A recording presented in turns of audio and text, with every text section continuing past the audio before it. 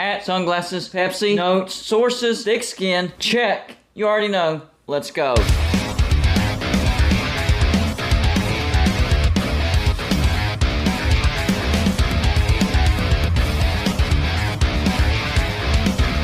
Golden Blooded is a college football YouTube channel for entertainment. So make sure to hit that like and subscribe button, and let's get into our next college football video. Don't forget to send gear to represent your team. The address is P.O. Box 360, Liberty, South Carolina 29657. Yeah, first of all, shout out to Pigskin Pete for doing a video on this earlier today. So if you like this video, you need to check out Pigskin Pete's channel. He also did a video on this.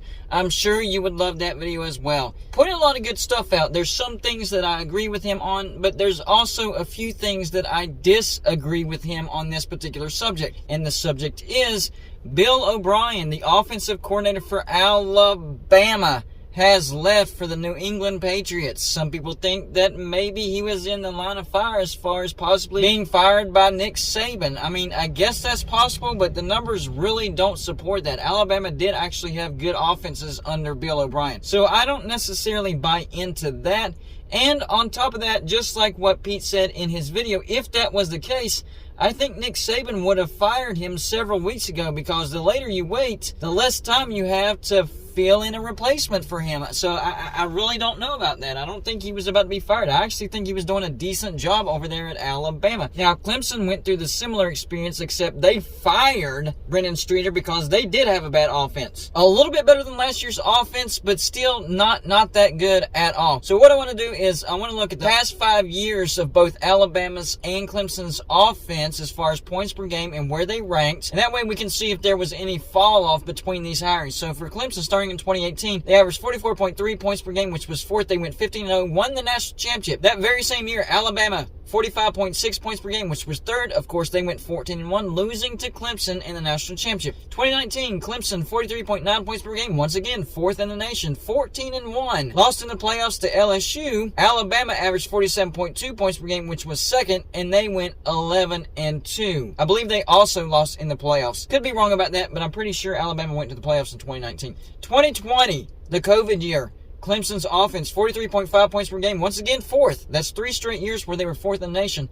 But that year, they struggled just a little bit. They went 10-2. Alabama averaged 48.5 points per game, which was second. And, of course, they went 13-0 and won the national championship. 2021, major step back for Clemson. 26.3 points per game, which was 82nd, and Clemson definitely suffered because of that. They went 10-3 going to the Cheez-It Bowl. Alabama averaged 39.9 points per game, slight step back. They were 6th, but they still went 13-2, got the national championship, and lost to Georgia. What about this year? Clemson, 33.2 points per game, which was 30th, so a little bit better than 2021, but they still went 11-3, so only one win better, and that was because they actually won the ACC. And Alabama averaged 41.1 points per game, which was 4th, and went 11-2. So yes, Alabama did miss the playoffs, but was it really because of their offense? Their 2 losses were on the road, and they were very close losses. And the offense did put up a ton of points in both of those losses. So I would say the reason Alabama didn't make the playoffs this year was because of their defense. And they didn't have a bad defense. They did have a top 10 defense as far as points allowed per game. I believe it was number 9. So it wasn't bad, but if you want to blame any side of the ball for why Alabama missed the playoffs this year, it would have to be the defensive side of the ball. Now, for Clemson, they did it. Nobody thought they would do it, but they did it. They fired Brendan Streeter and brought in Garrett Riley, Lincoln Riley's younger brother, over there at TCU in his first year at TCU. He did similar stuff at SMU before TCU, but at TCU, 38.8 points per game, which was 9th. Now, that's not great compared to Clemson's ranking of 4th and Alabama's ranking of 2nd and 3rd and 6th. But for TCU, that was a massive jump. On defense, they were 91st in points allowed per game. The offense was the reason why TCU got to the playoffs and got to the national championship. The defense was not the reason. TCU did not have a good defense. They had, I guess, good enough to where they could hold opponents under 40 points, and that gave themselves a chance to win games because this offense was a prolific offense. But if you look at the entire season for TCU, they were barely winning football games. In fact, they were having to come from behind in a ton of football games. and they just finally ran out of magic against Georgia, which my personal opinion is depth played a factor in that game. TCU just didn't have the depth, and they were recovering from Michigan's depth, and Georgia just splattered them all over the field. But this is a good hire for Clemson.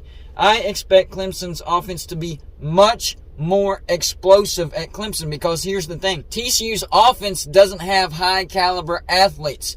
Now, Garrett Riley made them look high caliber, but for the most part, TCU's offense has mostly 3 stars, maybe a few 4 stars, but that's about it. There's really no 5 stars, and the 4 stars are few and far between. Whereas Clemson, they actually have a couple 5 stars, and they have a ton of 4 stars on offense.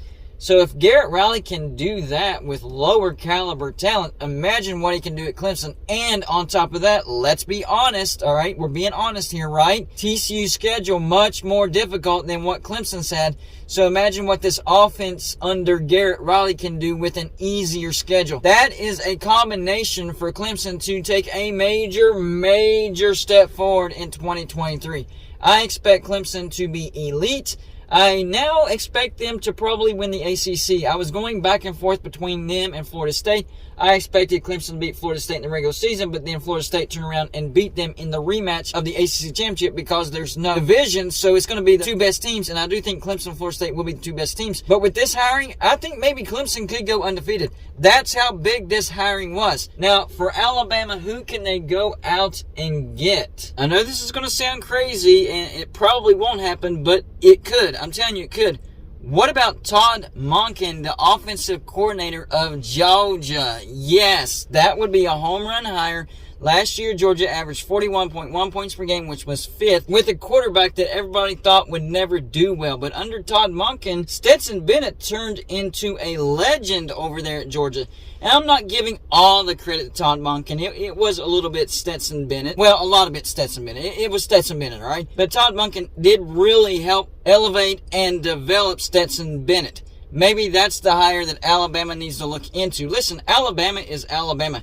They can basically go out and get whoever they want as their offensive coordinator. I know Todd Monken just won a national championship over there at Georgia. Maybe he sees something over there in the defense that maybe he thinks Georgia will take a slight step backwards, and he looks over there at Alabama and it's like, whoa, they actually have more talent than us over there. Or it could be the offense. Remember, Georgia is losing Stetson Bennett, so Todd Monken will have to break in a new quarterback this year, and maybe he's feeling a little iffy about that, and the situation over there at Alabama looks just a little bit better. Might have a better chance of winning a national championship over there at Alabama. And boom, there he goes. The new offensive coordinator over there at Alabama. Now, I'm not predicting this to happen. I'm just saying nothing would surprise me, and that would most certainly be a home run hire for Alabama. I know that's hyperbole, but Alabama does have strong pull. So whoever the best offensive coordinators out there are, if you're a fan of a team that has one of the better offensive coordinators, you need to be on alert. Alabama is on the hunt for a new offensive coordinator, and I do not believe that they were about to fire Bill O'Brien, because if that was the case, I do think that they would have fired him a couple weeks ago and given themselves more time to hire an offensive coordinator. Now, Alabama is Alabama. They don't need quite as much time as everybody else because they have a lot of money and they have the rich tradition, so they would be able to lure pretty much anybody away from anywhere, and that's why I'm saying be on high alert, everybody, for your offensive coordinator. If you had a good offense and your offensive coordinator is high on the list, you need to be on the lookout, because Alabama is going to come a-calling, and if they come a-calling for your offensive coordinator is gone. Bye-bye. I just think that would be an interesting move by Alabama if they at least tried to court Todd Monken over there from Georgia. That would be the ultimate trump card if they were able to get Georgia's offensive coordinator over to Alabama. Not as the new head coach to replace Nick Saban, just as the new offensive coordinator to replace Bill O'Brien. You talk about bragging rights, that would definitely give Alabama the power bragging rights. And I know Georgia's won back-to-back national championships, so they do have significant bragging rights right now. But you know Alabama will be back on top, and Alabama has way more national championships than Georgia, so the ultimate trump card would be like,